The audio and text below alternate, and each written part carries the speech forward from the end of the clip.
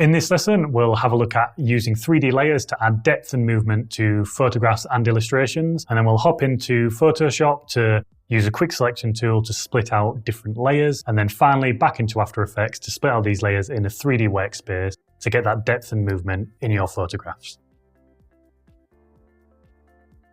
A good rule for selecting a good photo is already having defined layers. So here we can see the mountain is different to the back mountain here, and then also the sky, and then the car is in the foreground.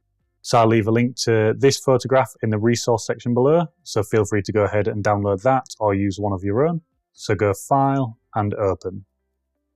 Open the photograph, and then we'll get rid of this lock here.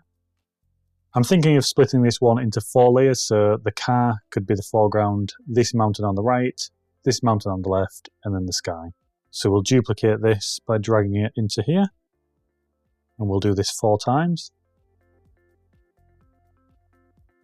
And we'll start off with a background layer, so we'll hide these by removing the eyeball here, just by clicking it. So we now can select the back layer, and this is what we're working on. A simple way to remove everything apart from the sky is to get the lasso tool here and just click and drag out of the artboard here. So once we have this area selected, we'll go Edit, Content Aware Fill. And what the Content Aware Fill does is selects the area around it and tries to replace it with pixels that are already existing from the top part here. So click OK. And just by magic, it's created the whole kind of sky background for us. So we can select by holding Shift this and the back one here, and then Control and E to merge them. And then we can double click here and call this one Sky. The next layer we can work on is these mountains here. So we can zoom in by holding Control or Command and then the plus button. And we'll select the quick selection tool here. So if you click and hold, and it's this one here. And you just click and drag, and you can click off it and just keep clicking until you have the mountain there. If you want to remove a little bit, so we can zoom in over here, we'll hold Alt and then click to deselect these parts of the mountains that we don't want.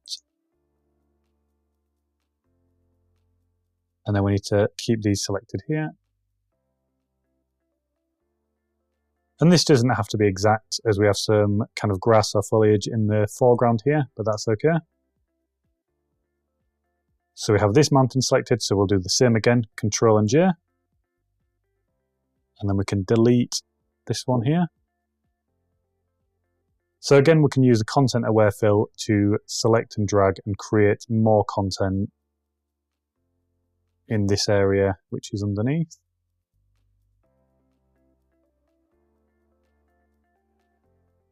We'll go Edit, Content Aware Fill, and it just creates more underneath for us. Click OK. That's fantastic there. So we'll select these 2 layers again, holding Shift and Control and E to merge them, or Command and E if you're on a Mac, and we'll call this Mountain and then Back.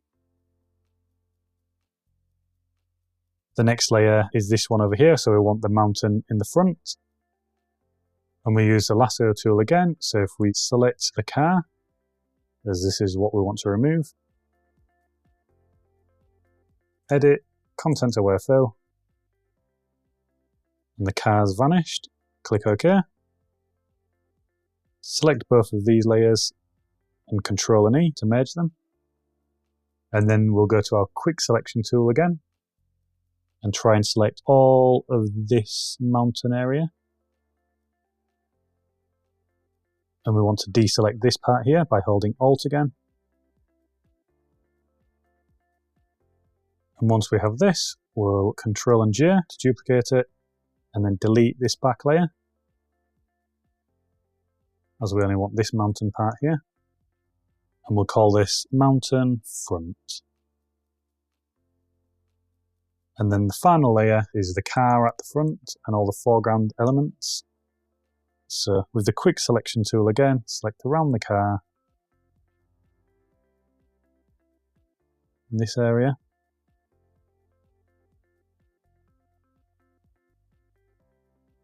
Make sure we have all the back parts of the mirror in here. Hold Alt to deselect parts here. So there's the car looking good, and then we just need to stop everything at the road parts around here.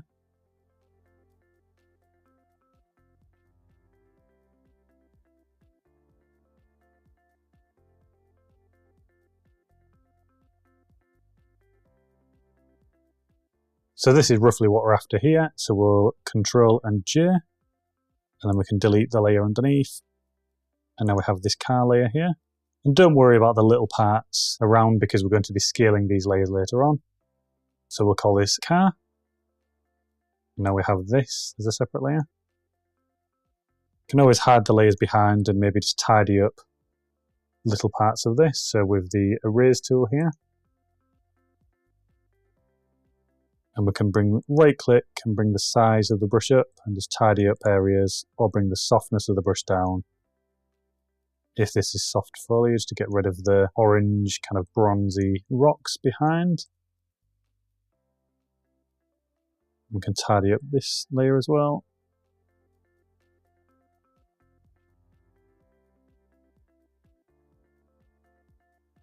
Then we'll make sure all the layers are back on.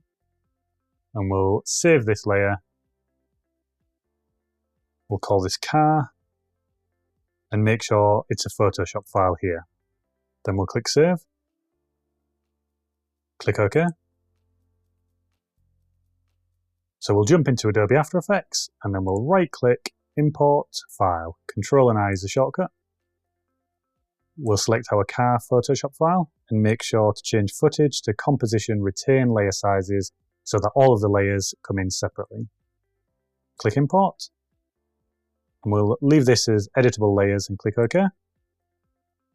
And we'll open up the car composition. We'll want to change the size of this composition because it'll be absolutely huge. So we'll change this to 1920 by 1080, and we'll leave this at 10 seconds, 25 frames a second, and we'll leave it at car. Click OK. We'll now go to Layer, New, Camera. And we can just leave these settings as they are. Click OK. And for the camera to work, we want all of our layers down here to be 3D layers. So make sure you have this section turned on, which is columns, and then switches. And then this section here is a 3D layer section. So make sure these are all turned on here. And then we can now move the camera by selecting it. And these are the 3 tools for moving around the camera. So this one will pan out. This one will move it around. And then the orbit tool here will make sure you can pan it around like this. And if you make any mistakes while you're moving around like that and let go, you can just Control and Z or Command and Z to go back. So we'll now change one view down here to 2 views horizontal. And this should be the top view here. But you can always get all 4 views if you want. So you'll have the side views, top views, and front on. And we want to start separating these layers closer to the camera and further away. So we'll select the car. And in the Z axis from the top down view, move this closer to the camera. With the sky, we can move this further away. And then with the back mountains, we can move that in between. So we'll have all these 4 layers in 4 different spacings. So if we just look at the 2 views, the top-down view with the camera here, looking at the 4 layers. So we'll use our dolly tool to zoom back until the car is in position. And then we can just play with the scale. So the sky, we can scale up till it's absolutely huge. The mountain in the back, we can scale this. Give it a nudge left using the selection tool.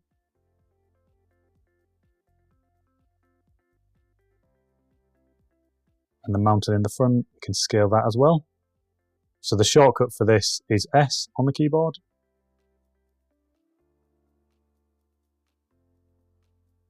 And we can go back down to 1 view. So now if we use the orbit tool to look around, and we can zoom out, we can see what's going on here. So with the camera, we can start as far away as we can before it starts cropping out the images, so roughly here. And we'll keyframe the position, and we can move this to something like 3 seconds, and then move to 4 seconds, and we can pull in towards the car a bit, and maybe use the orbit tool to rotate roughly here. So we'll have something that looks like this. But as we notice, the mountain, the back one here, isn't working, so we can just scale this up and move the position.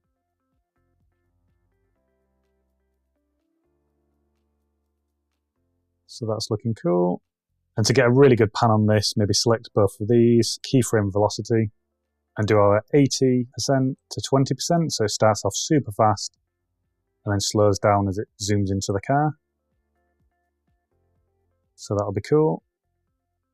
And what we can do is select these 3 layers, so not the sky, so we can lock the sky layer, keyframe the position of the car and the mountains, go to 1 second, and then drag in the y-axis so they're all off screen. So just keep dragging these down like this.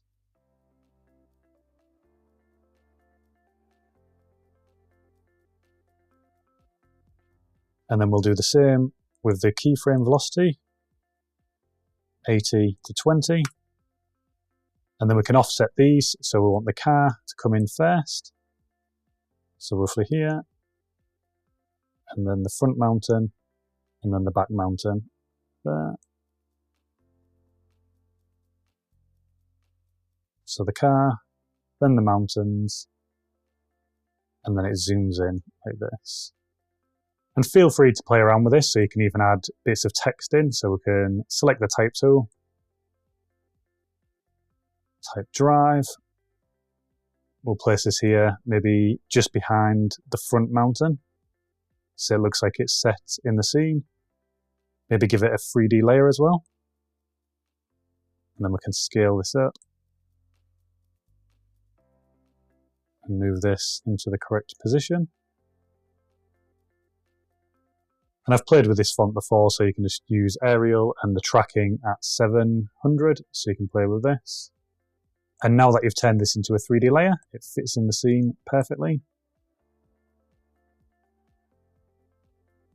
And maybe we can animate this using the quick animation composer tool, text transition, characters, and maybe this one here, click in.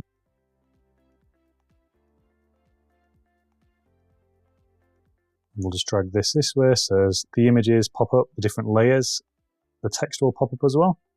So go ahead and select another photograph so we can parallax that, so we have more content for the showreel when we start putting that together. In the next lesson, we're going to look at my personal favourite, which is HUD design, UI elements, and motion tracking.